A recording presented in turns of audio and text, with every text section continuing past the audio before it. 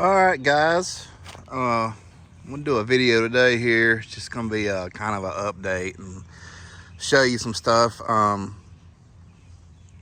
take you down here and I'll show you what one app of velocity does on the brochure rates. 1.5 milliliters per gallon of water on some Poa Trivialis.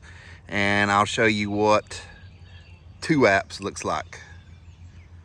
So there's the Fescue. It's in, or I am in, let's try to keep it alive mode. You know, I could make this super duper dark green, you know, super enhanced stripes. It's not the way I do stuff. You know, if I put down a granular fertilizer app, which would be 1/2 pound of nitrogen to 3/4 pound of nitrogen per 1,000, yeah, it would get really dark. But then you also, you pumping that much nitrogen to it in the springtime. It's just not the way I do turf. You know, I'm trying to keep as much disease off of it and keep the growth to a minimum.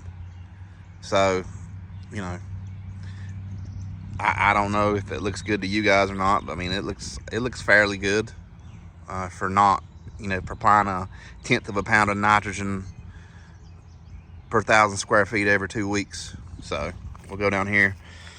Been edging. Everybody likes a clean edge on your grass there. So we'll go down here and start with these spots of Poa Trivialis. And so here's the first one. You didn't see this in the video. You didn't even see the second app.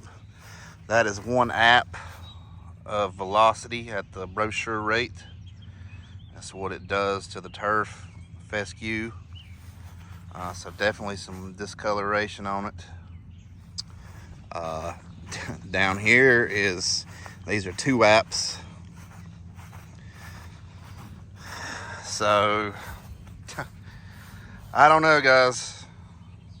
When I done my mom's last year, I just done the label rate, which is 1.1 ounces per acre.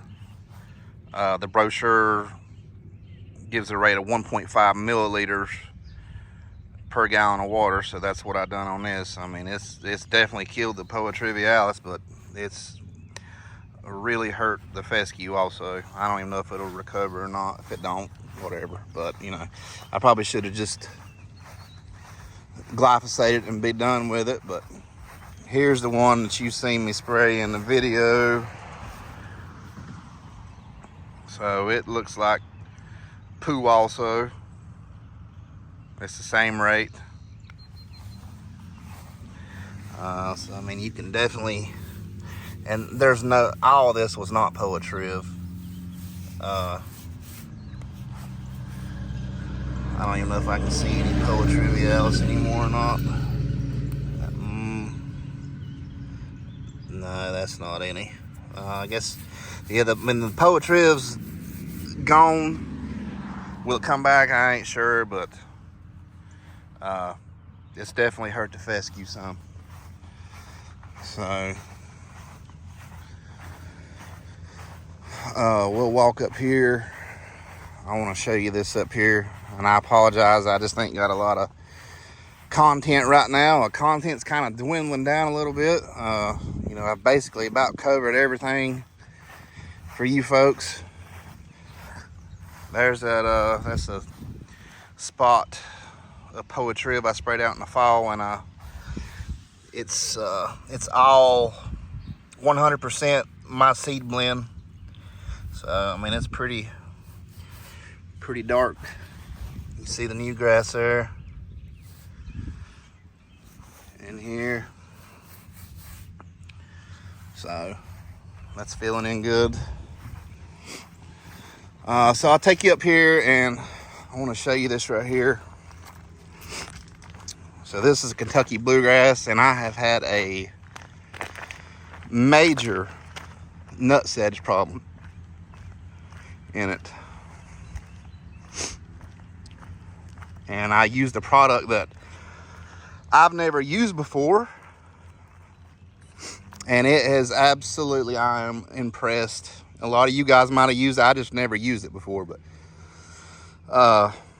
so I sprayed Dismiss NXT at the lowest label rate, and I'll show you this here in a minute, on this nutsedge Sunday morning.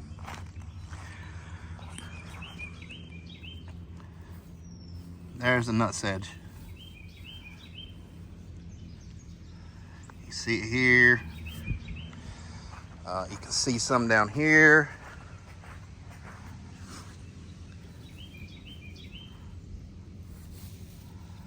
So that stuff has smoked that nutsedge in that quick a time. I mean, you could see it browning the next day. There was a bunch out here, and no turf discoloration whatsoever. I don't see any. You see it there. There. I mean, it has, I highly, highly recommend that herbicide for nutsedge. Like I said, it's the first time I've ever used it, and it works fantastic. And here it is right here. Dismiss NXT. It's a 10-ounce bottle. It comes with this this is actually it screws on, and you just squeeze it to where you want it, and that's the rate that I done. Is actually, I think it was 0.117 is what I tried to put in it. That's what it says on the label. And you do that like every 35 days or 40 days. I can't remember exactly what the label says. You have to read it. But yeah, this right here for nutsedge, excellent, excellent stuff. Highly recommend that. And sorry I didn't put that in the video. I just, you know, sometimes I can't film everything. I gotta get stuff done pretty quick, and don't have time to monkey with my cameras and stuff. But yeah, that's some good stuff right there. So I am mowing that Kentucky bluegrass at 1 inch now. I've raised it up to 1 inch, and it's, I mean, I do the same apps on this as I do the fescue. 1/10 of a pound of nitrogen every 2 weeks. It's just Kentucky bluegrass. It's a really nice grass, I will say that. Pain in the butt to get established, and you know, I don't know how it's going to last in the heat, but we'll just have to see. So I don't have much more for this one. I just wanted to give an update on that velocity and show you that nutsedge there. And all these are sprayer tracks.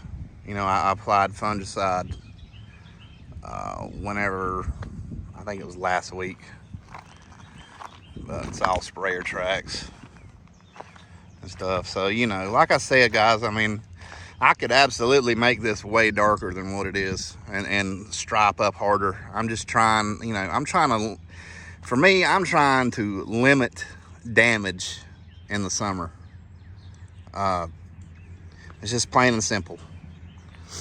There's a time for when I really want to make it dark, and that's in the fall or very early spring. Like now, I mean, the humidity's here. We're in May. You know, I'm in the 80s and low 60s for the lows. So, I mean, it's disease time. I don't want to pump it full of nitrogen, and I don't want to sit there and run over the same stripes every pass. I want the grass to stand up. I don't want it laid over in the tracks. I mean, that's a lot of times, you know, if you'll really pay attention to your yard, if you're mowing the same direction, you'll see fungus in the tracks, the tire tracks. It's because, you know, it's just constantly being mowed the same way, and the grass is laid over and it can't stand back up. I mean, you can see my tracks here, right there, but the grass is not laid over in it. So that's the way I do it. That's the reason why I do the small frequent nitrogen applications versus, you know, hammering granular nitrogen. I had somebody on my Facebook group ask, you know, they said they never see a response out of liquid versus granular. And, you know, that's for me, that's 100% expected, because for one, you're not applying as much nitrogen with a liquid, or I hope you're not, as you would be with a granular. It's kind of hard to apply a 1/4 pound of nitrogen with a granular fertilizer. You know, 1/2 pound, 3/4 pound. You know, that's pretty typical for an application of granular. You know, most of your liquid nitrogen products, any of them, you know, 1/4 pound's about all it costs for. Obviously, you ain't gonna see the same response with a 1/4 pound versus a 1/2 pound or 3/4 pound. The liquids are to keep it green and help manage the turf better, versus, you know, just throwing down a big old shot of nitrogen from a granular fertilizer.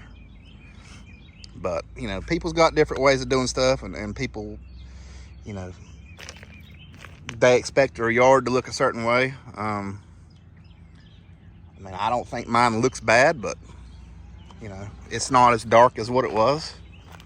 It's because I'm not applying the nitrogen as frequently as I was when I first started in the spring. You know, I try to do it every 2 weeks, and early spring I was hitting it pretty much weekly for the first 2 or 3 weeks. And then, you know, it started raining there for a little bit, and I didn't get to apply any for about 3 weeks. So it kind of got me off on my schedule a little bit, but I'm back on it now. And the next application for that's coming up here next week.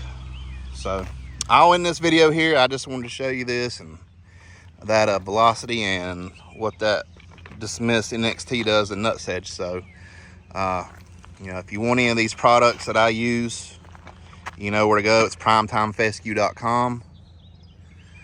So I appreciate the support, and don't forget to like and subscribe, and we'll see you in the next video.